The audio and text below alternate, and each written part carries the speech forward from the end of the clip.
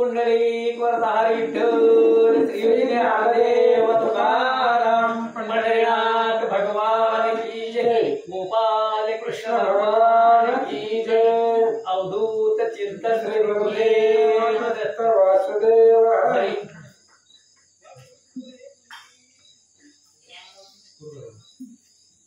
श्री गणेशाय नमः श्री सीतारामचंद्राभ्याय नमः नारद म्हणे नाम सांगल्या बिन तो करा पिनाय जाय तेथून हरी म्हणे बळकट अमृत संपूर्ण सुपर्ण याची गती हे झाली. कथेचं अनुसंधान श्रीधर स्वामी या ठिकाणी सांगताय. कालच्या अध्यायामध्ये आपण अशी कथा ऐकलेली आहे की गरुडाचं आणि हनुमंताचं युद्ध झालं. युद्धच काय नुसतं गरुडग्याला हनुमंतानं पायाला धरलं जीप फिकून दिलं. 60,000 योजन समुद्रामध्ये जाऊन पडला आणि गरुड आला. त्यावेळेस मग नारद म्हणू लागले आता खूप अवघड आहे, बळीराम दादाचं नाव चेंज करावं लागतंय, बदलावं लागतंय. त्यावेळेस कृष्णाने सांगितलं बरोबर आहे म्हणले, बघा आमचा एवढा मोठा गरुड आहे ज्यानं देवादिकांना जिंकलेला असा गरुड आहे आणि त्याची अवस्था झाली. भगवंत बोलतात मग बळीरामासी म्हणे श्रीधर कैसा करावा आता विचार, क्रोधे बोले बळी भद्र त्याला वानर आणि तुम्ही. मग बळीराम दादाला कृष्ण म्हणतायत, कृष्ण आता का बळीराम दादा काय विचार करायचा आता सांगा, तुमच्या मनात काय आहे. वानर आपल्याला ऐकत नाहीये, गरुडाची अशी अवस्था झाली, मग नाव तुमचं कदाचित बदलावं लागतंय. बळीराम हे नाव तुमचं चेंज करावं लागतं कारण या नावावर युद्ध सुरू आहे. मग बळीरामानं सांगितलं म्हणले काय वानराला एक आणि त्याच्यासाठी सगळे घाबरले. आता जातो आणि त्या वानराला धरून आणतो. एकाच घाये सदट आताच चूर्ण करीन मरकट, हरीचा पुत्र वरिष्ठ प्रद्युम्न बोलता झाला. बळीराम दादाने सांगितलं म्हणले कृष्णा एकाच गावामध्ये त्या वानराला धरून इथं आणतो. त्यावेळेस भगवान श्रीकृष्णाचा ज्येष्ठ आणि श्रेष्ठ मुलगा, त्याला 2 नाव आहे. ती मदन त्याच नाव आहे आणि प्रद्युम्न ही त्यालाच म्हणतात. तो उठला आणि काय कृष्णाला म्हणतो काय काढिले वानर मला आज्ञा करावी सत्वर, न लागता क्षण मात्र करुण आता आणि तो. आणि प्रद्युम्नाने सांगितलं म्हणले कृष्ण पिताश्री काय वानर आले आणि एका वानराला सगळेजण घाबरले, मला आज्ञा द्या, मी आता जातो आणि त्या वानराला पकडून तुमच्या पुढे उभा करतो असं प्रद्युम्न कृष्णाला बोलतो. त्याचा गर्व जाणून माधव म्हणे तुम्ही झाले सर्व यादव, प्रद्युम्न सामादी पुत्र सर्व सिद्ध झाले ते देवा. मग त्यांच्या मनातला गर्व कृष्णाने ओळखला की यांना युद्धाचा गर्व आहे, ताकदीचा गर्व आहे. मग त्यांच्या मनातला गर्व ओळखून कृष्णाने सांगितलं सगळी जावा, तुम्ही सगळी पोरं घ्या, अनिरुद्ध आहे, सांब आहे, बळीराम दादा आहे आणि 56 कोटी यादव सगळेजण जावा आणि त्या वानराला घेऊन या. सिद्ध केले चतुरंग दळ धडकेवा त्याचा कलोळ, लोक पाव धावती सकळ अद्भुत नवल वर्तले. आणि मग आता चतुरंग सैन्य निघालंय, घोडे दळ आहे, हत्ती दळ आहे, पाय दळ आहे, रथ दळ आहे. अशा प्रकारचं चतुरंग सैन्य द्वारकेमधून 4 दरवाजे उघडले आणि हनुमंताबरोबर युद्ध करण्यासाठी निघाली वनाच्या दिशेनं. त्यावेळेस गावातली सगळी लोक पाहत होती तेव्हा काय नवल झालं. भारसी यादव समुद्रातीरी आले सर्व, तव तो हनुमंत बलार्णव समस्त वीरी देखिला. आणि सगळं सैन्य घेऊन यादव त्या त्या द्वारकेच्या जे काही वन आहे ते वनामध्ये आले. हनुमंतराय आपलं त्या झाडामधली फळं खात होते. हनुमंतराय अफाट सैन्य पाहिलं, काय विचार करतात. दश कंठ रिपुच प्रिय पात्र उन्मनीतला मुनिया नेत्र, मनी आठवून रामचरित्र पाठी मोरा बैसला. आणि इकडं हनुमंतराय आपले असणारे डोळे मिचकवून फळं खात होते. जे सैन्य आलं होते ते सैन्यातून पाठ केलेली होती हनुमंतानं आणि आपले फळे खात वनामध्ये बसलेले होते. पूजा दंड कवाळी घडी घडी पाठ कुरवाळी, यादवासी वाकुल्या वेळोवेळी परतोनिया दारी तसे. मग हनुमंतराय दंड थापटू लागलेली आहेत. वेळोवेळी ते असणाऱ्या यादवांकडे पाहून त्यांना वाकुल्या हनुमंतराय दाखवल्या. यादव म्हणती वानराधिका रामाचे नाव सोडवितोस मरकटा तुवा भौत मांडीला चट्टा शेकच्या आता नाव तू ते. आणि मग त्यावेळेस यादवांनी बोलायला सुरुवात केली. होय माकडा, आमच्या बळीराम दादाचं नाव बदला म्हणतो. अरे आता तुला आताच्या आता धरतो, शिक्षा करतो, दंड करतो आणि आमच्या कृष्णापुढे घेऊन जातो असं यादव हनुमंताला बोलतात. हासे हनुमंत वीर तेरे तेथे आले बहुत अत्यंत सती जलपत गती बहुत नदी से बरी. आणि मग हनुमंताला हसू लागले. हनुमंताने विचार केला, बाबांनो मी एकटा आहे आणि एका वानराला मारायला तुम्ही एवढं समुद्रासारखं सैन्य दळभार घेऊन आलात. अशा प्रकारचं हनुमंतराय त्यांना बोलता. हनुमंत म्हणे तुम्हात मुख्य कोण ते सांगा आधी नामाभिधान मग बोले रुक्मिणीनंदन नाम प्रद्युम्न माझे असे. हनुमंताने विचारले, बाबांनो एवढे तुम्ही सैन्य घेऊन आलात, मग या सैन्यामध्ये मुख्य मेन कोण आहे त्याचं नाव मला सांगा. ही सैन्य ज्याच्या जीवावरती ज्याच्या बळावरती आलेला आहे असा युद्ध मुख्य नायक कोण आहे. त्यावेळेस कृष्णाचा मुलगा पुढे झाला आणि त्याने सांगितलं प्रद्युम्न माझं नाव आहे आणि मीच या सर्व सैन्याचा मुख्य आहे असं बोलू लागला. माझा प्रताप अद्भुत पिता जाणे श्रीकृष्णनाथ जेने बाळपणी मारिले दैत्य अगबग केसी कंसादी. आणि प्रद्युम्नाने बोलायला सुरुवात केली. माझं नाव प्रद्युम्न आहे आणि माझा वडील कृष्ण आहे आणि त्या कृष्णाचा प्रताप तुला माहित नाही माकडा. अरे ते असणाऱ्या कृष्णाने माझ्या वडिलांनी लहानपणामध्ये आगासूर, बकासूर, केशी, प्रलंब, जटासूर, पुतना, कालिया आणि एवढ्या सगळ्यांना मारून 12 गावाकडे गेलेला असे समर्थ माझे वडील आहेत असं प्रद्युम्न बोलतो. जरासंध 17 वेळा धरीला द्वारकडची अवलीला नरकासूर वधून सकळा गोपी आणल्या 16 सहस्त्र.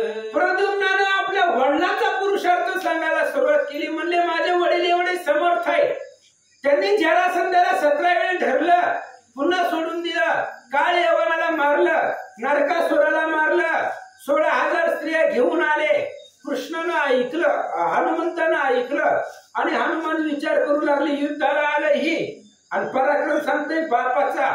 हनुमंताने विचारलं बाबा बापाचं जाऊ दे, तू कुठं काय गाजवलंय सांग. मग बोले अनिल कुमार सांगसी पित्याचा बळीवार परी तू पराक्रम थोर कोठे केला सांग पा. हे प्रद्युम्न कृष्णाचाच पराक्रम सांगू लागला. हनुमंत म्हणले बाबा युद्धाला तू आलाय, कृष्ण नाही, मग तुझा पराक्रम सांग कुठे केलाय. बापाचं काय सांगायला लागला इतर रणांगणामध्ये. तू तुझ्या बळावरती कोणाला जिंकलंय ती सांग ना. तू पराक्रम कुठे केलाय, कुठं गाजवलाय ते सांग. आवडलाच काय सांगणार असं हनुमंत बोलतात. एकदाची अव्यसन का आले ती मारा वया लागून तुम्हाला खराची युद्ध पूर्ण लाज मन करावया. अरे एवढा पराक्रम तू तुझ्या बापाचा सांगायला, तू कुठं पराक्रम केलाय आणि तुझ्या जर ताकद असेल तर एका वानराला मारायला एवढं सगळं सैन्य घेऊन कशाला आला. अरे बाबा तुम्ही माझ्या पुढे लेकरं आहेत आणि तुमच्या लेकरांबरोबर तुमच्यासारख्या लेकराबरोबर युद्ध करायला माझं मन लाजत आहे असं हनुमंत बोलतात. ते म्हणती रे वानरा आगळे बोलसी पाल खायरा तुझा आता झाला मृत्यू पुरा तरीच कृष्णाचे कुमार आम्ही. आणि त्यावेळेस ती कृष्णाची मुलं म्हणू लागली, प्रद्युम्न म्हणू लागला, लय बोलायला लागला तो आमच्या गावामध्ये येऊन आता तुला मृत्यूपुराला पाठवतो, तुला मारून टाकतो असं कृष्णाची मुलं बोलतात. ऐसे बोलून येत सर्व धनुष्य बाण योजीने बाणाचा पर्जन बळे हनुमंतावरी पडियला. अशा पद्धतीने सगळ्या वानरांनी बोलले, सगळ्या सैन्याने बोलले आणि अमर्याद त्या बाणाचा पूर म्हणजे पावसा असं पडावा तसं असणारे बाणाचे पूरच्या पूर हनुमंताच्या अंगावर सोडू लागले. मर्याद येती शर गदगद हासे वायू कुमार वाकुल्या धावी वारंवार यादवा ते बाण येत होते महाराज, पण हनुमंताला काय आहे, काय त्या बाणाचा फरक पडणार आहे? किती जरी बाण सोडले तरी शरीर वज्र आईसे कवळे ब्रह्मांड जो पुच्छे. आपल्या शेपटीनं सगळं ब्रह्मांड कवळण्याचं ताकद आहे, वज्रासारखं शरीर आहे, आणि ते हनुमंताला या बाणाचा काही फरक पडणार आहे? पावसाचे थेंब पडावे तसे असणारे बाण येत होते. हनुमान हसू लागले. शुष्क ट्रेन पडता बहुत करान हाले जैसा पर्वत की पुष्पे भरचे अद्भुत ऐरावत न मानी जेवी की संसार दुःख लागता सबळ ज्ञानी ढळे जैसा अचळ की धुळी उडता प्रबळ निर्मळ निरान मळेची. एखादा साधक असतो आणि तो साधक संसार दुःख लागल्यानंतर ना ज्ञानी जो आहे तो ढळत नाही, अचळ पर्वतासारखं राहतो. ज्ञानीला काय फरक पडतोय संसाराच्या दुःखाचा?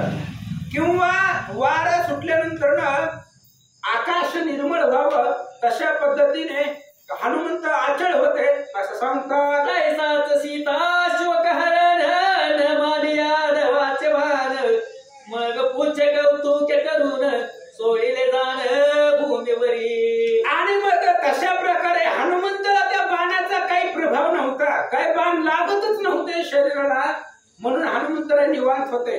हनुमंतानं आठवलं आता पाठीमागं जसं आपण लंका दहन करताना जे काही पुच्छ प्रयोग केला होता, शेपटीचा प्रयोग केला होता आणि शेपटी सगळ्या लंका नगरीमध्ये सोडली होती, तसं करू म्हणून हनुमंत एका झाडावरती बसलेले होते आणि तिथून शेपटी खाली सोडली. पूछ रेख ताची यादवीर म्हणती सापडले रे वानर पूछाची झोंबती समग्र ओढती बळे करुणिया.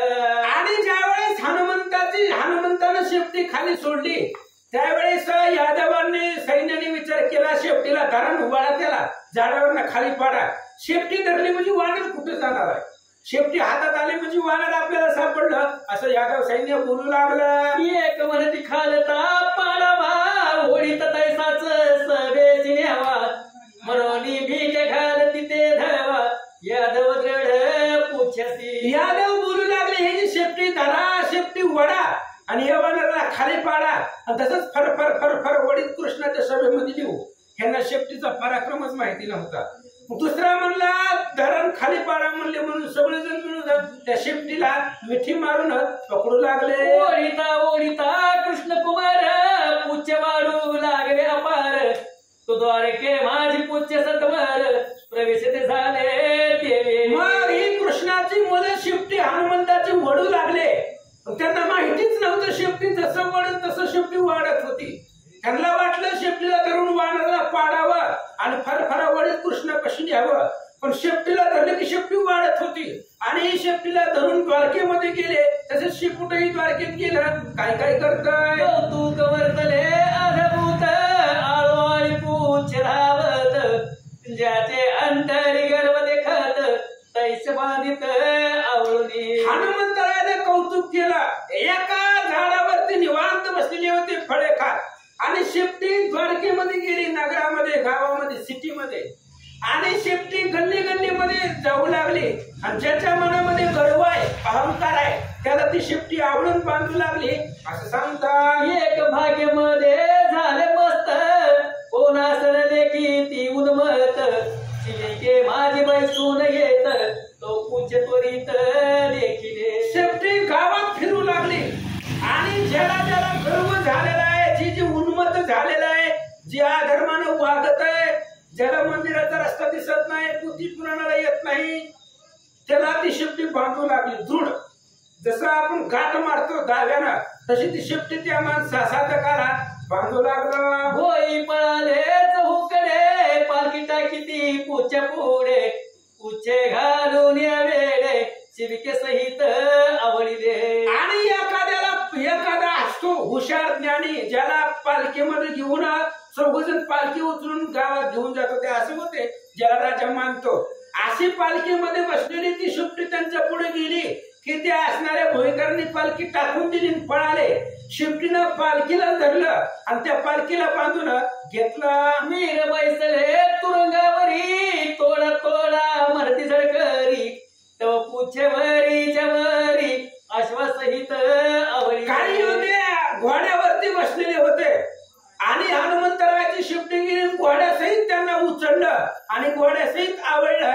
सांगतात. असी हरिनामी नाही भाव परम उन्मत गाय गंधर्व तेही पूचे वादिल सर्व अहम भाव जाणून या.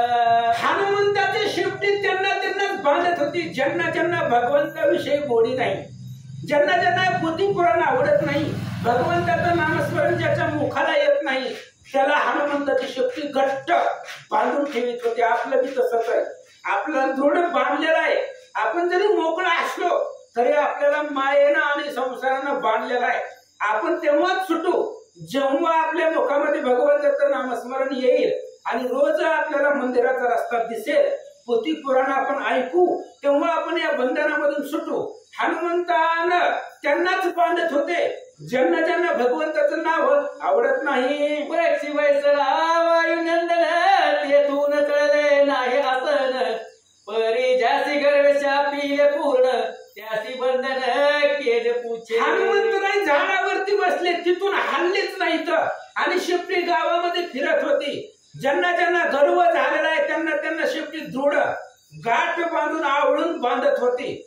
अशा प्रकारचे हनुमंतरायानं कौतुक द्वारके नगरीमध्ये दाखवलं. एकाएकी पुच्छ उचलिले यादवीर लोम दिखाले हनुमंत मुख बेसरिले अति विक्राळ तेजवा. हनुमंतानं सगळ्याला बांधलं आणि शेपटी आकाशामध्ये उचलल्याबरोबर जे काही यादव होते ती सगळे यादव त्या शेपटीला लोंबू लागले आणि हनुमंतानं आपलं जे काही मुख आहे ती मुख विशाळ भव्य आणि तिचं मुख पसरलं. त्यावेळेस सगळे यादव घाबरले.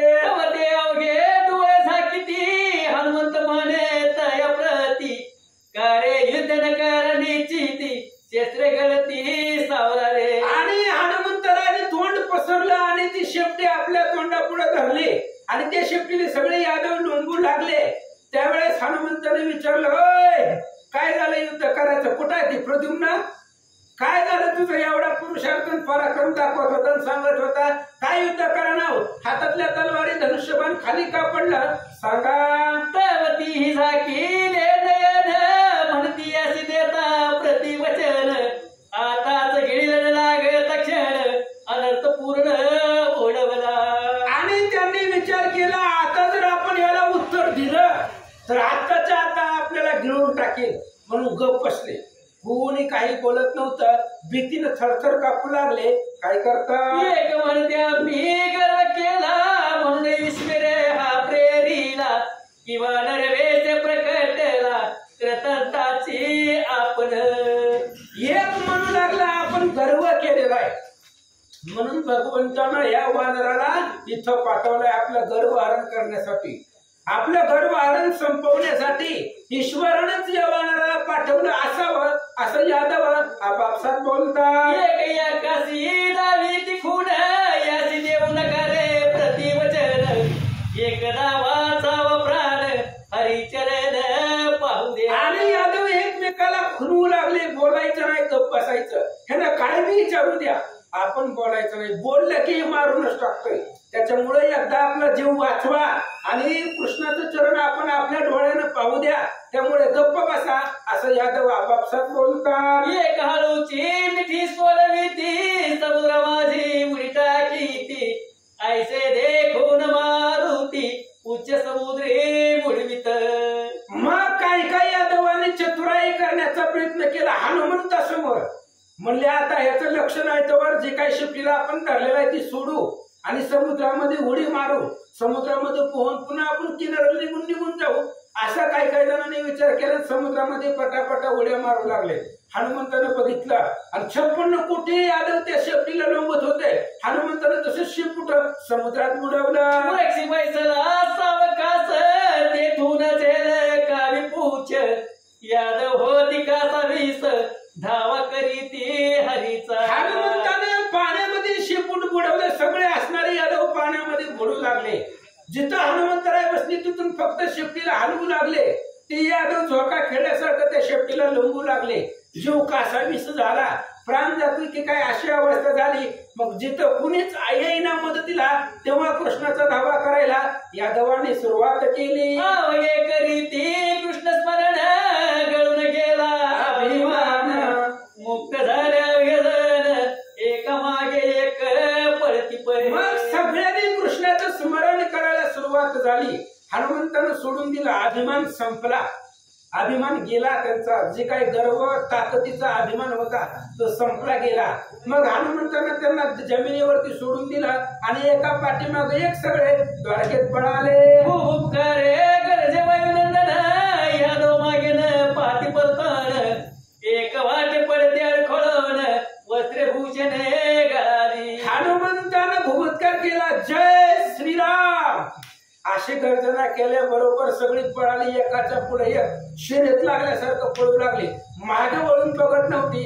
येत्या आव्हानामधून निघाले, द्वारकेत जाईपर्यंत माग बघितलं नाही. एकाची हुड उडी येत एकाची दात किळे बसत ऐसे सभेशाल धावत कृष्णनंदन सर्वही. मग येत असताना पाण्यात बुडवलं होतं. थंडीचे दिवस होते, एकाला हुडहुडी भरली, एकाची दात खिळी बसली. आदळत आपटत पडत कस तरी कृष्णाच्या पुढे सभेमध्ये सगळे कृष्णाची मुलं आले. तो सिंहासनी क्षीराब्दीवर अकर्ण नयन मुख उधार हासे विस्मित श्रीधर निज कुमार देखुनिया.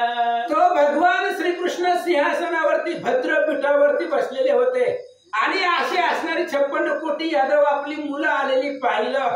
कृष्णाला हसू आलं. काय म्हणतात, यादव म्हणती जगन्नायका आता करान पुरे द्वारका तो नरवेसे देखा कृतांतची पाता. आणि सगळ्या यादवांनी कृष्णाच्या मुलांनी कृष्णाला सांगितलं, म्हणले आता द्वारका शिल्लक राहत नाही. ते काय साधं वानर नाही, ते वानर म्हणजे कृतांत यम आहे, यम.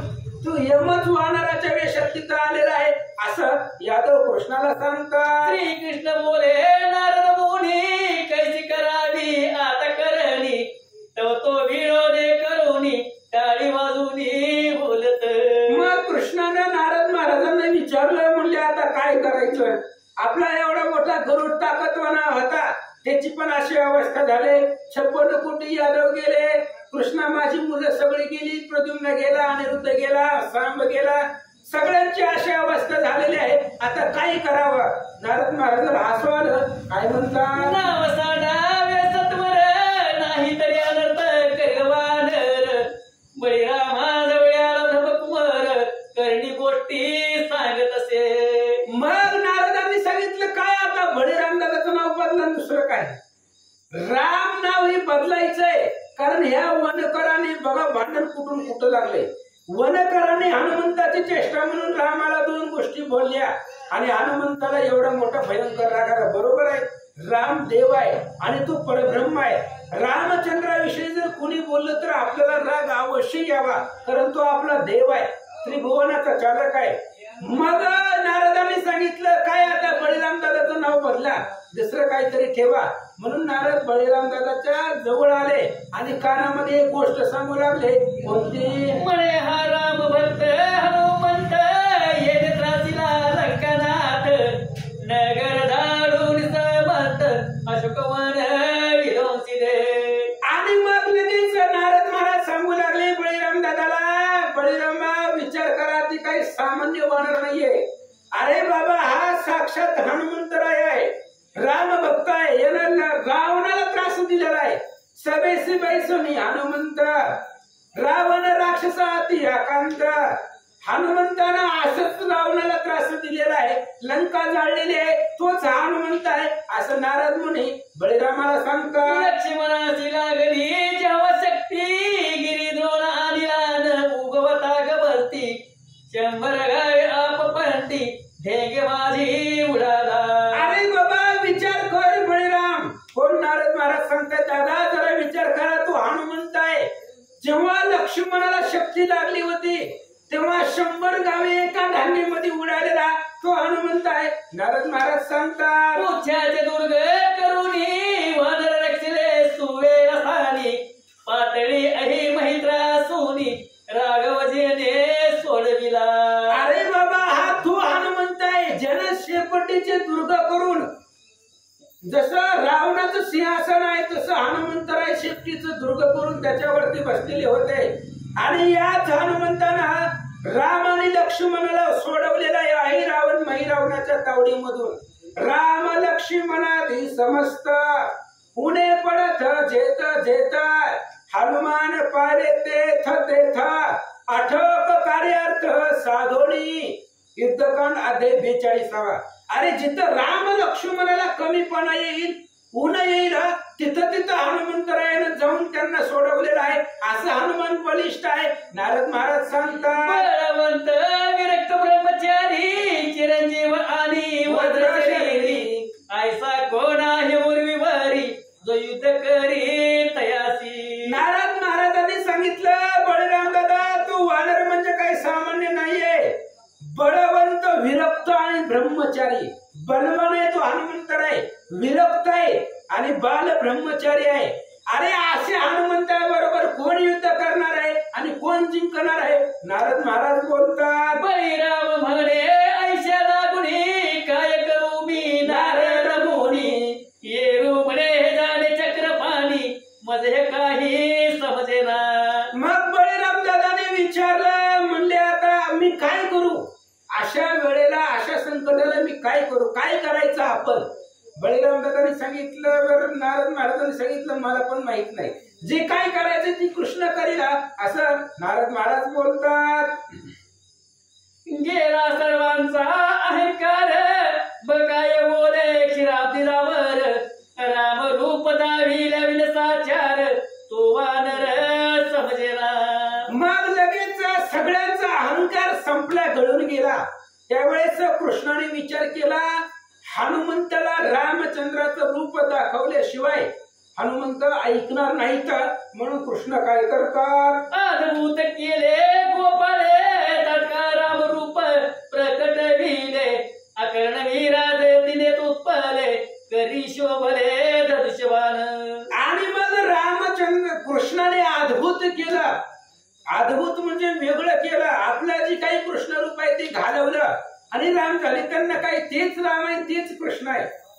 जो राम आहे तोच कृष्ण आहे. त्यामुळे त्याला राम व्हायला काय अवघड आहे. एकाच क्षणामध्ये रामाचा अवतार धारण केला. बळीभद्र झाला लक्ष्मण भरत झाला पांचजन सुदर्शन झाला शत्रुघ्न नवल विंदान दाखविले. आणि अशा प्रकारचा अद्भुत त्या ठिकाणी केलेलं आहे भगवंतानी. बळीभद्र झाला लक्ष्मण, भरत झाला पंचजन्य, सुदर्शन झाला शत्रुघ्न, नवल विंदान दाखविले. मला काही जणांनी विचारलं होतं आस्था भावार्थ रामायण ग्रुप आहे आपला, तिथं मला विचारलं होतं की तुम्ही पुराव्यासहित उत्तर देत जावा, उगा अंदाज म्हणजे उत्तर देत जाऊ नका. म्हणून पुराव्यासाठी ओवी आहे. राम लक्ष्मण भरत शत्रुघ्न कोणाकोणाचे अवतार आहे. तर रामचंद्र विष्णू आहे, जे काय लक्ष्मण आहे तो शेष आहे, बळीराम भरत जे आहेत ते भरत म्हणजे शंख आहेत, सुदर्शन भरताचा अवतार आहे आणि शंख शत्रुघ्नाचा अवतार आहे. ऐका मग म्हणे नारद मुनी सत्यभामासी सांगावे कानी वेगे जानकी व्हावे तुम्ही. मग म्हणे नारद मुनी सत्यभामासी सांगावे कानी वेगे जानकीचे रूप धरोनी सभा मंडपी येईजे. मग लगेच नारद महाराजांनी सांगितलं सत्यभामेला जाऊन सांगा तिला सीता व्हायचंय, सीतेचा वेश तिनं धारण करावा.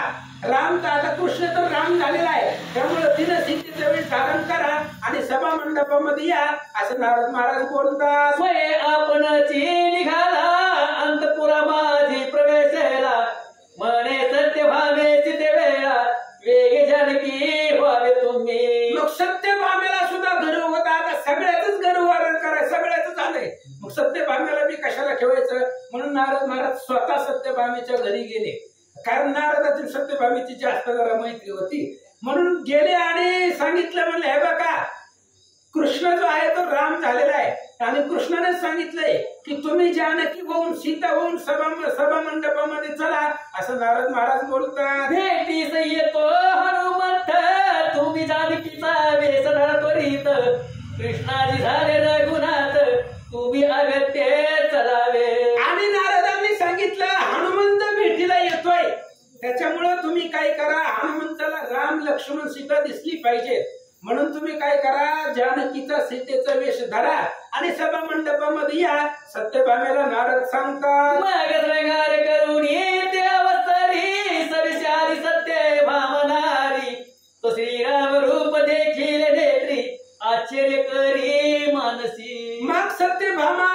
सीतेचा वेश घेऊन शृंगार, तिला सीताच माहिती नव्हती कसली आहे, त्याच्यामुळं फोटो मध्ये बघितलेलं, मग सीतेचा वेश धारण केला, शृंगार केला, सीतेसारखा हुबेहूब वेश धरला, सभेमध्ये आल्याबरोबर रामचंद्राला पाहिलं, कृष्णानं रामरूप धारण केलं होतं, रामाला पाहिलं, आश्चर्य वाटलं. मग बोली दे रमा माधवे हे जानकीचे रूप नव्हे, दर्पणी न्याळून पाहे बरवे मारुती यावे परतोनी. रामाने सांगितलं सत्यभामा हे सीतेचं रूप नाही, सीता मला, तिच्या बरोबर मी संसार केलेला आहे, त्यामुळे सीता मला पायाच्या नखापासून डोक्याच्या केसापर्यंत सीताचं स्वरूप मला माहित आहे, त्यामुळे ही सीतेचं रूप नाही, तुम्ही आरशामध्ये बघा आणि जसं सीतेचा वेश आहे तसं धारण करून पुन्हा या. येरी परतली तय वेळा दुसरा अधिक श्रृंगार केला, दासीचे पूसे तय वेळा मन बरा मला व्यसकी. मग पुन्हा सत्यभामा गेली, पुन्हा अजून पावडर फिवडर सगळ्या ठिकाणी लावली गेली, दासीला विचारलं कशी दिसते, सीता दिसते का नाही सांगा, जशी सीता आहे तसं रूप दिसतंय का नाही, बरोबर वेश धारण करायला मला जमलंय का नाही, असं दासीला विचारू लागले. श्रीरंग म्हणे सुभद्रेसी वेगे आनवे जानकीसी, तवते येऊन राधिक वक्षासी काय तेसी बोलते. कृष्णाने सुभद्रेला बोलवलं, म्हणले जा पंडितस्नान इतके वेळ असतोय काय, हनुमंत आल्यावर त्याला जर राम लक्ष्मण सीताना दिसले पुन्हा अजून काहीतरी करेल, जा म्हणले पंडितस्नान, सीतेला घेऊन या. सुभद्रा गेली आणि राणी वशामध्ये, राणीच्या महालामध्ये गेली. सत्यभामेला सुभद्रा काय म्हणतात, चाल गे किती करीसी श्रृंगार कोरडा दाविसी बळीवार, तुझ पाचारी तो श्रीधर म्हणून करी धैर्य. आणि लगेच म्हणलं आता सुभद्रेने सांगितलं सत्यभामेला चाल, म्हणले किती नटपटा करणार आहे, जसं पंडितनं चल भगवान परमात्मा वाट पाहतोय, रामचंद्र राम लक्ष्मण वाट पाहता तुमची, म्हणून लवकरात लवकर चला. म्हणून ते असणाऱ्या सत्यभामेच्या हाताला सुभद्रेनं धरला आणि वडितात सभेत आणलं. रातडी झाली श्रृंगाराची काजळी ठाई ठाई मागले मुखाची, तैसीच सुभद्रेने धरून वेगेसी समोर सभेसी. आणि इकडे सत्यभामेनं पावडर काजळ जागच्या जागी लावत होती, सीतेचा वेश धारण करत होती, पण लवकर गडबड झाली, तातडी झाली, म्हणून तिनं पटलीसनं लवकरात लवकर शृंगार करण्यामध्ये काजळ तिच्या तोंडाला सगळीकडे लागलेलं होतं, आणि ती सुभद्रा आली, फरा फरा फरा वडीत तिला नेलं, ते काजळ सुद्धा तसंच तोंडाला लागलेलं, तसंच सभेमध्ये घेऊन आले. पाहुरिया श्रीरंग म्हणे पारे आले स्वंग, गावा सत्यभामेचा गर्वभंग वाटे प्राण त्याग करावा. आणि ते तोंडाला ठिकाणी काजळ लागलेलं पाहिलं कृष्णानं, म्हणलं बघा अजून नवीन सोंग आलं, सीता अशी नाही, सीतेचं रूप ही नाही, असं म्हटल्याबरोबर सत्यभामेचा जीव गेल्यासारखं वाटलं, वा आता कुठंतरी जाऊन जीव द्यावा अशी अवस्था सत्यभामेची झाली. हाच दिसकळ सभाजन सत्यभामा अधोवदन, मग बोले कमल उद्भव नंदन रुक्मिणी ते बोलवा. सगळी सभेतली लोक हसू लागली सत्यभामेकडे पाहून, सत्यभामेचा गर्वहरण झालं. मग नारदांनी सांगितलं जाऊन रुक्मिणीला घेऊन या. मग सत्यभामेसी म्हणे सर्वेश्वर तू आणि गोपी 16 सहस्र, रुक्मिणीच्या ग्राजाहून सत्वर 30 घेऊन येईजे. मग भगवान श्रीकृष्णाने सत्यभामेला सांगितलं जा तू आणि 16,000 पत्न्या जावा, सगळी जण रुक्मिणीच्या घरी जावा आणि तिला इथं घेऊन या असं कृष्ण सांगतात. मग सत्यभामी सहित सकळा भीमकीच्या सदना आल्या ते वेळा, तू देखील जाने की वेळा दिव्य रूप बैसली. मग सत्यभामे सहित 16,000 स्त्रिया रुक्मिणीच्या घरी आल्या. काय सांगायचं होतं की तुम्ही सीतेचा वेश धरा आणि सभेमध्ये चला असं निरोप देण्यासाठी आल्या होत्या, पण या येण्याच्या आधीच रुक्मिणी सीता होऊन निवांत बसलेली होती. तिला सीता व्हायला काय आवड आहे, तीच सीता आहे, जी रुक्मिणी आहे तीच सीता आहे. त्याच्यामुळे तिनं फक्त आपलं सीतेचं रूप धारण केलं आणि बसली. 16,000 स्त्री आणि सत्यभामे सहित सीतेला पाहिला. सप्तहाटक वर्ण चारुगात्री सुहास्य वक्री आकर नेत्री, सत्यभामा देखून अंतरी आश्चर्य करी. सत्यभामेनं सीतेला पाहिलं, हुबेहूब सीता तीच सीता होती. त्याच्या पाहिलं आश्चर्य वाटलं. तापलेलं सोनं तेजस्वी असावं, तेजस्वी तशा पद्धतीने सीतेचं रूप दिसू लागलं. सत्यभामेला पाहिलं आश्चर्य वाटलं. शुभ्र कंचुकी शुभ्र वस्त्र कंठी शुभ्र मोतियांचे हार सर्व भूषण विराज सुकुमार जीवादी माया अवतरली. अहो ती आदिमाया तीच जगदंबा आहे, तीच सीता आहे, तीच रुक्मिणी आहे आणि तीच असणारी जगदंबा आहे. शुभ्र अशा प्रकारचं वस्त्र कुंडल वगैरे परिधान केलेली सर्व स्त्रियांनी पाहिलं. मग सत्यभामा बोले वचन तुम्हासी बोलवितो जगजीवन ऐकताचे अवश्य म्हणून हंसगती चालली. सत्यभामेने सांगितलं, म्हणले चला तुम्हाला कृष्ण भगवंताने बोलवलेलं आहे. तिनं सांगितलं ठीक आहे तुम्ही पुढे चला. हंसाच्या गतीने हळूहळू रुक्मिणी निघाली. सभा मंडपी येऊन आरांगी बैसली मी स्वजननी राम मेघवर हे सौदामिनी अक्षय प्रभा झळकतसे. मग लगेच जसं वीज चमकावी तसं हंस गतीनं विजेसारखं तेज त्या सीतेचं पडत होतं. सभा मंडपामध्ये आले आणि रामचंद्राच्या अर्धांगी सीता बसले. मग सर्वेश्वर म्हणे गरुडाते आता घेऊन येई तयाते म्हणे श्रीरामे बोलविले तुम्हा ते भेटावयासी आदरे. मग कृष्णानं स्वतः राम झाले, रुक्मिणीला सीता बनवलं, बळीराम दादा लक्ष्मण झाल्यावर मग गरुडाला बोलवलं, सांगितलं आता जा आणि त्या वानराला घेऊन ये. पण त्याच्यापाशी गेल्यावर जास्त बोलू नको. काल सांगितलं ना देवांना जिंकलं ये ना तसलं काय म्हणू नको. त्याला फक्त जाऊन एवढंच सांग की तुम्हाला रामचंद्रांनी बोलवलं. तो गरुड अधोमदन स्फुत स्फुतुनी करी रुदन म्हणे तो आता माझा घेईल प्राण थोर निर्वाळ मांडिले. गरुडाने सांगितलं कृष्णा दुसरं तुम्हाला कोण दिसत नाही का?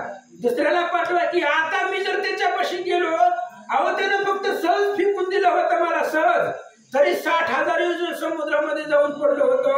आता जर मी त्याच्यापाशी गेलो ती मला मारूनच टाकतोय, मी तिथं गेल्यावर जगतच नाही असं गरुडाजी बोलतात. मग कुमारासी म्हणे तुम्ही जाऊन वेगे आणा वायुनंदन तव ते म्हणत्या मास देखून पुढती सागरी बुडी. मग 56 कोटी यादवांना कृष्णाच्या मुलाला कृष्णाने सांगितलं म्हणले तुम्ही जावा आणि त्या वानराला घेऊन या. ती म्हणली नको, कसं तरी जीव वाचून इथपर्यंत आलोय, आता जर त्या वानरापाशी गेलो तर ते आम्हाला समुद्रामध्ये बुडून मारत आहे असं कृष्णाची मुलं बोलू लागले. मग क्रूराणी उद्धव तयासी म्हणे रमा माधव माझा हनुमंत भक्तराव तुम्ही जाऊन ये आणि दे. मग उद्धव आणि अक्रूर ही भक्त आहे. उद्धव आणि अक्रूराला कृष्णाने सांगितलं म्हणले तुम्ही जावा आणि माझ्या भक्तामध्ये राजा असणारा हनुमंतरायाला तुम्ही घेऊन या असं कृष्ण बोलतात. सांगा ते न्यावे गरुडासी आदरे घेऊन येवे तयासी मग नमस्कार रघुपतीसी तिघे जण झाले. मग कृष्णाने सांगितलं उद्धव अक्रूर आणि सोबतीला गरुडाला घेऊन जावा, तुम्ही तिघजण जावा हनुमंताला घेऊन या. म्हणून तिघांनी रामचंद्राला नमस्कार केला आणि हनुमंतरायाला आणायला निघाले. पुढे जाती उद्धव अक्रूर मागे हळूच येत खगेंद्र उद्धवासी म्हणे तो वानर अति क्रोधे वाहतसे. उद्धव आणि अक्रूर बिनधास्तपणे पुढे निघाले आणि त्यांच्या पाठीमागं लपत लपत गरुड निघाला आणि गरुडाला लांबून सांगितलं बघा तिकडे झाडावर बसलेलं आहे, बघा लय रागानं बघायला लागली ती. मला तर वाटायला लागलंय अतिशय रागानं बघायले, आता बघितल्यावर आपल्याला मारिला असं गरुडाची बोलतात. दोन्ही बोलवा आधी पूर्ण विश्वासू नका दोघे जण तोरच्या वरीशी तशोक हरण उर्मनीत नयन लाविले. गरुडाने सांगितलं डायरेक्ट त्याच्या जवळ जाऊ नका, लय मार येतोय. त्याचा मार मला माहित आहे, मी मार खाल्लेला आहे त्या वानराचा, त्यामुळे त्याच्यापाशी तुम्ही जाऊ नका, त्याच्यावर विश्वास ठेवू नका. लांब 1 किलोमीटर लांब उभं राहून त्याला हात मारा, बोलवा असं उद्धव आणि अक्रूरला गरुड सांगून त्यांच्या पाठीमागे लपून लपून निघालेला होता. उद्धव आणि अक्रूर त्या झाडाच्या जवळ गेले, हनुमंताला पाहिलं, नमस्कार केला. समीप येऊन उद्धव अक्रूर घालती सालता नमस्कार तैसाच धोणी नवे खगेंद्र अंतरी भय वाटत असे. मग गेले आणि साष्टांग नमस्कार केला. नमस्कार केला. गरुडानं सुद्धा हळूच नमस्कार केला. गरुडाच्या मनामध्ये भीती होती, पहिला मार खाल्लेला होता, त्याच्यामुळे गरुड घाबरत होता. भीत त्यानं हनुमंताला लांबून हात जोडले. उद्धव अक्रूर म्हणती मारुती, तुम्हासी बोलावी तो अयोध्यापती. ऐसे ऐकताच प्रेम चित्ती नसावरेची तया ते. उद्धव आणि अक्रूरानं हनुमंताला नमस्कार केला आणि सांगितलं, हनुमंतराया तुम्हाला रामचंद्रांनी बोलवलंय आणि रामाने बोलवलंय असं ऐकल्यावर हनुमंताच्या हृदयामध्ये प्रेम निर्माण झालं आणि काय करतात, उद्धव अक्रूरांच्या चरणावरी हनुमंत लोटला ते अवसरी. आलिंगन दिल्यावरी नेत्र अश्रुधारा लोटल्या. उद्धव आणि अक्रूरांच्या चरणावरती त्याला 9:30 वाजते. कुठे होते आपण दमाने चालणार आता काय येऊ नको परत घ्या.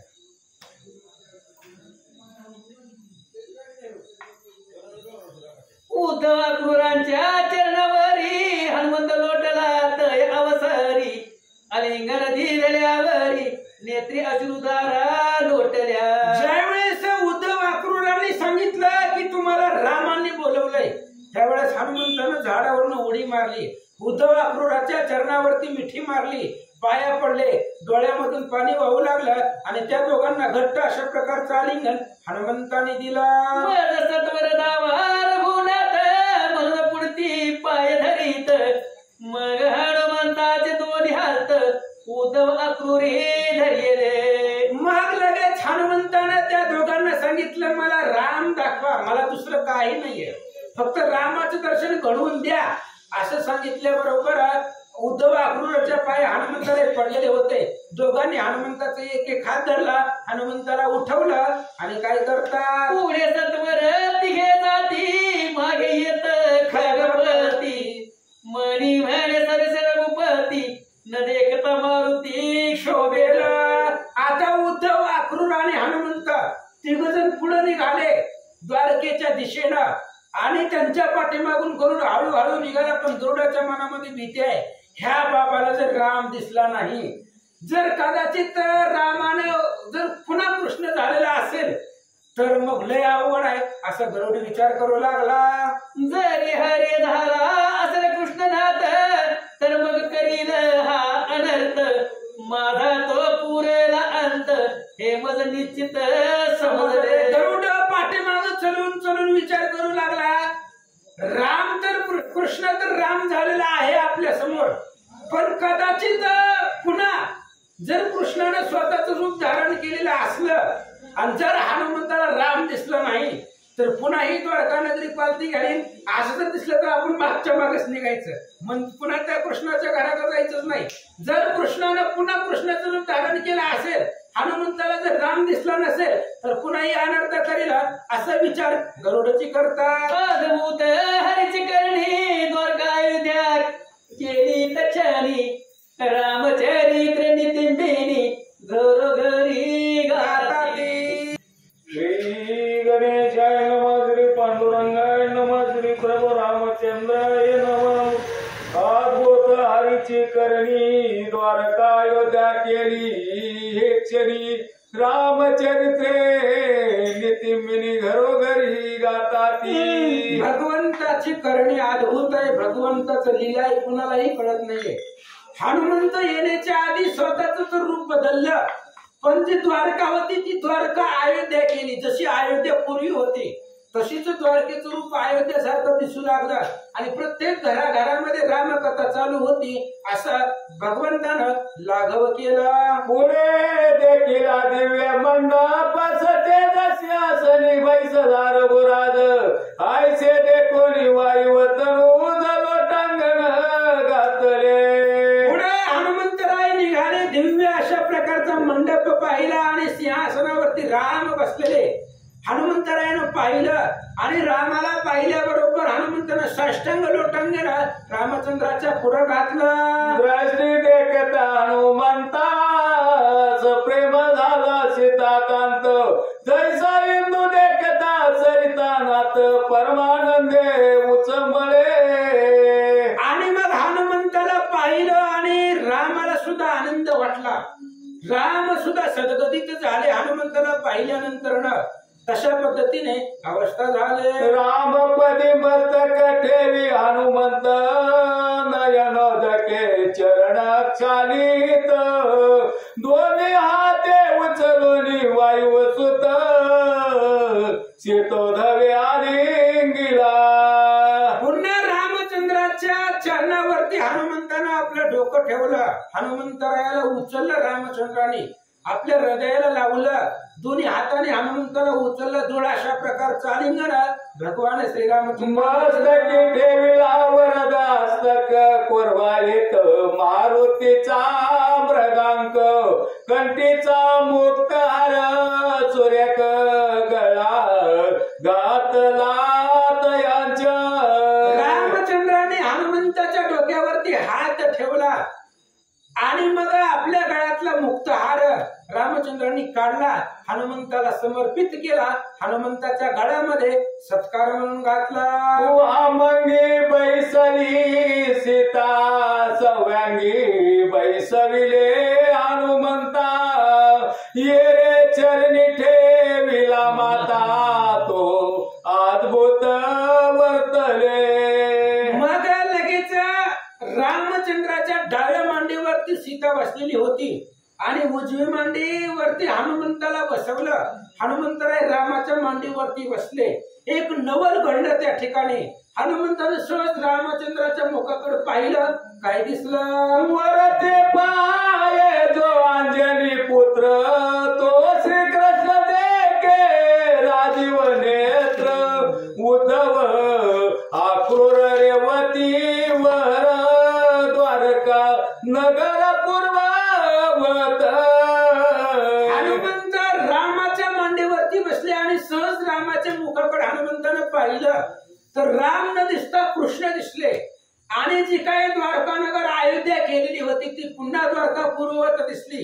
उद्धव अक्रूर बळीराम दादा ज्या ज्या सैन्याने मार खाल्लेला होता ती सैन्य सगळं हनुमंताला पुढे दिसलं. चंचल झाला अनिल सुत मग काय बोले रमानाथ हनुमंता आठवी हृदयात राम अवताराची गोष्ट पै.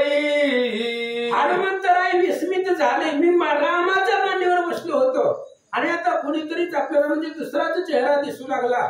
त्यावेळेस हनुमंतरायाला आश्चर्य वाटलं. मग कृष्णानं बोलायला सुरुवात केली, हनुमंता राम अवतारामधल्या गोष्टी आठव, मी तुला काय बोललो होतो हे आपला संवाद जरा ध्यानामध्ये आण. द्वापारी कृष्ण अवतार तैसे तुझ भेटी देईन साचार मग बोले निरालोत्पव पुत्र होय साचार स्वामिया. मग रामचंद्राने सांगितलं, राम अवतारातल्या गोष्टी आठव, मी तुला काय बोललो होतो. वैकुंठाला जाताना मी सांगितलं होतं मी पुन्हा कृष्ण अवतार धारण करणार आहे आणि त्या कृष्ण अवतारामध्ये तुला वेळोवेळी भेट देणार आहे. हनुमंताने सांगितलं खरं आहे, जे तुम्ही म्हणला ते आज सत्य करून दाखवलं. श्रीराम धरो श्रीराम रूप धरोणी मज बोलवावे क्षणी ऐसे बोलता चकचाप पाणी अयोध्या नाथ बनलासे. मग लगेच हनुमंताने सांगितलं बरोबर आहे, पण मला रामचंद्राच्या रूपामध्ये माझी इथून पाठवणी करा, मला एक पाठवा इथून. रामाच्या रूपामध्ये मला असणारे इथून पाठवणी करा. मग लगेच कृष्ण राम झाले आणि काय करतात मग नाना उपचारी तत्वता रामे गौरविले हनुमंता मने तुझे उपकार वायू सुता कदा काळी न विसरे मी. मग पुन्हा राम अवतार धारण केला कृष्णानं आणि हनुमंताला सांगितलं, हनुमंता तुझे एवढे माझ्यावरती उपकार आहेत, वायुपुत्र तुझा उपकारू मज श्रीराम झाला थोरू तो न फिटे साचारू नाना अवतार धरिता ही उत्तरखंडात दे पहिला. रामचंद्र म्हणतात, हनुमंता एवढे उपकार आहेत तुझे आमच्यावरती. अरे अनेक अवतार जरी धरले तरी तुझे उपकार फेटणार नाहीत असं राम हनुमंताला बोलतो. लंकेशी केला प्रताप पूर्ण ऐकताची चकित होई त्रिभुवन. तू मज आवडसी जैसा प्राण नावडे आन पदार्थ पै. अरे हनुमंता, राम अवतारामध्ये तू एवढं आम्हाला मदत केलेली आहे, अनेक राक्षसांना मारलेला आहे. आणि हनुमंता सत्य सांगतो, मला इंदिरेपेक्षा काल सांगितलंय, मला माझे भक्त लक्ष्मीपेक्षा सुद्धा जास्त आवडतात. म्हणून तू मला जसं प्राण असावा तसा आवडतो आणि तुझ्यापेक्षा मला दुसरं कोणी आवडतही नाही असं रामचंद्र बोलतात. शोभी तरी झाली पंक्ती जवळी बैसवनिया मारुती. भोजन करीत रघुपती सीता सतीवाडी तसे. युद्धकांडाच्या 89व्या अध्यायामध्ये कौशल्य मातेनं जेवण बनवलेलं होतं आणि सगळ्या पंक्ती बसवलेल्या होत्या. तशाच रामचंद्रांनी सीतेला स्वयंपाक बनवायला सांगितला. दिव्य अशा प्रकारचा आता लक्ष्मीने बनवलेला स्वयंपाक आहे तो सीतेनं बनवलं आणि वाढायला सुद्धा सीताच आहे. पंक्तीच्या पंक्ती बसल्या, हनुमंत रामचंद्र जेवायला बसले, सीता माता वाढीत होत्या. भोजन झाली संपूर्ण सभेशी बैसे रघुनंदन. हनुमंत उभा ठाकला कर जोडून मने मजन विसरावे. मग पुन्हा सगळ्यांची जेवण झाली. रामचंद्र सिंहासनावरती बसले, हनुमंतानं हात जोडले. रामाला सांगितलं, भगवंता आमची आठवण राहू द्या, आम्हाला कधी विसरू नका. सर्वेश्वर मने मारुती मी होईन अर्जुनाचा सारथी. तू ध्वजस्तंभी बैसे प्रीती भुवार निश्चिती उतरू हा. त्यावेळेस कृष्णाने सांगितलं, रामचंद्राने सांगितलं, हनुमंता पुढं आपण तुम्ही आणि मी आणि अर्जुन, मी अर्जुनाचा सारथी होणार आहे. तू अर्जुनाच्या ध्वजस्तंभावरती बस आणि या पृथ्वी तलावरचे जे काही दैत्य माजलेले आहेत, भार जमिनीला झालेला आहे, तो सगळा तुम्ही आम्ही मिळून संपवू असं रामचंद्र सांगतो. अवश्य माने वायू कुमार घातला साष्टांग नमस्कार. पुढे तीर्थे पावया सत्वर कपीवर चालिला. लगेच हनुमंतानं सांगितलं, रामचंद्र तुम्ही जसं म्हणता तसं साष्टांग नमस्कार घातला. हनुमंतराय पुढे निघालेले आणि रामचंद्र हनुमंताला बोलवीत गावाच्या बाहेर निघाले. नारद म्हणे सीता स्वक हरणा मी सवे येतो तीर्थाटना. नमोनिया जगन मोहना दोघे जन चालिले. नारदाने सांगितलं, हनुमंतराय आता मला पण घेऊन चला, आपण दोघं जण जाऊ. आतापर्यंत तुम्ही एकटे तीर्थ करत होतात, आता एकमेकाचे संगाती, त्यामुळे मी पण तुमच्या बरोबर येतो. म्हणून कृष्णाला नमस्कार केला. हनुमंत आणि नारद महाराज तीर्थासाठी पुढे निघाले. बाहेर सीता कांत जाऊनी बोलविला वायू सूत. सद्गद झाला रघुनाथ हनुमंत गेला म्हणोनी. आणि मग नगराच्या बाहेर रामचंद्र हनुमंताला बोलवीत आले. हनुमंतराय निघून गेले. रामचंद्राचं हृदय भरून आले, सद्गदित झाले. नगर लोक झाले संतुष्ट मनती मोठे टळले अरिष्ट. ब्रह्मानंद जनासी वरिष्ठ आनंद करीती ग्रही. मग नगरामधली लोक बोलू लागली, मोठं संकट आलं होतं द्वारकेवरती, पण टळलं. श्रीधर स्वामी म्हणतायत, ब्रह्मानंद जनासी वरिष्ठ. त्या द्वारकेतल्या लोकांचा पाठीराखा ब्रह्मानंद म्हणजे कृष्ण आहे. जिथं कृष्ण आहे तिथं कसली अडचण आणि कसलं संकट येणार आहे. घराघरामध्ये आनंद सोहळा निर्माण झाला. हनुमंताशी बोलवून परतोनी आला जग जीवन. वर्णित हनुमंताचे गुण उद्धव आक्रूर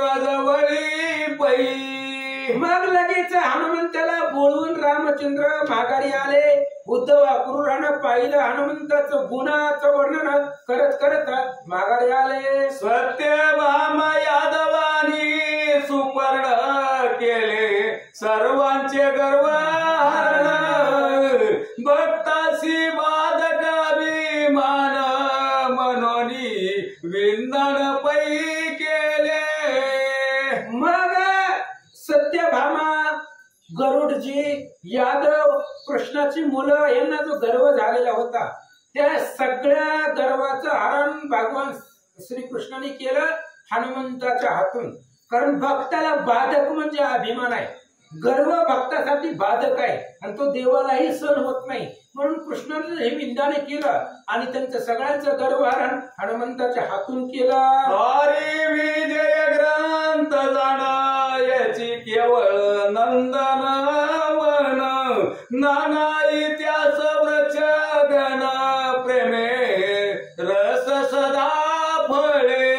आणि हरिविजय ग्रंथ एक वन आहे आणि त्या वनामधले जे काही मोठमोठाली झाडं आहेत वनामध्ये असतात तीच या असणारे झाडरूपी दृष्टांत सिद्धांत आहेत असं श्रीधर स्वामी सांगतात. ब्रह्मानंद द्वारकाधीशा श्रीधर वरदादी पुरुष अक्षय भंगावी नाशा निज दासाशी रक्षितू. श्रीधर स्वामी सांगतायत भगवंता ब्रह्मानंद आहे, द्वारकेचा राजा आहे, अभंग आणि अक्षय आहे आणि निजदासांचं भक्तांचं सदोदित रक्षण करणारे तुम्ही भगवंत आहेत. येथे श्री विजय ग्रंथ समत